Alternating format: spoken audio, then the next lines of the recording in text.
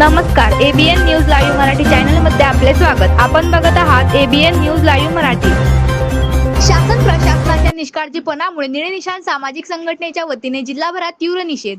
औष्णिक विद्युत केंद्र दीपनगर येथे दिनांक 3 जून 2026 पासून निळे निशाण संघटनेचे संस्थापक अध्यक्ष आनंदभाऊ भाविस्कर यांनी एसपी एंटरप्राइजेस या कंपनीने कंत्राटी कामगारांचे केलेले आर्थिक शोषण याच्या विरोधात तसेच कंपनीला पाठीशी घालणाऱ्या अधिकाऱ्यांवर दंडात्मक कारवाई करण्यात यावी याकरिता आमरण उपोषणास सुरुवात केली आहे।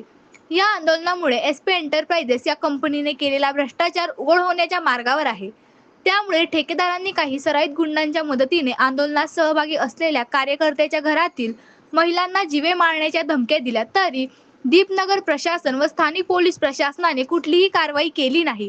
याचा निषेध व्यक्त करून निळे निशाण संघटना रावेर व चोपडा तालुका कार्यकारिणीच्या वतीने रावेर व चोपडा तहसीलदारांना निवेदन देण्यात आले।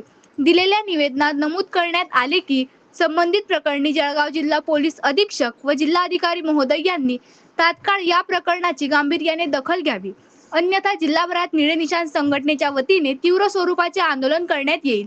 त्या प्रसंगी विठ्ठल गाडे, सदाशिव निकम, अनिता बाविस्कर, बबिता बाविस्कर, विजय धनगर, विशाल तायडे, महेंद्र कावडकर, विक्रम तायडे, अर्जुन तायडे व असंख्य कार्यकर्ते उपस्थित होते। प्रतिनिधी सुविधा बाविस्कर, रावेर।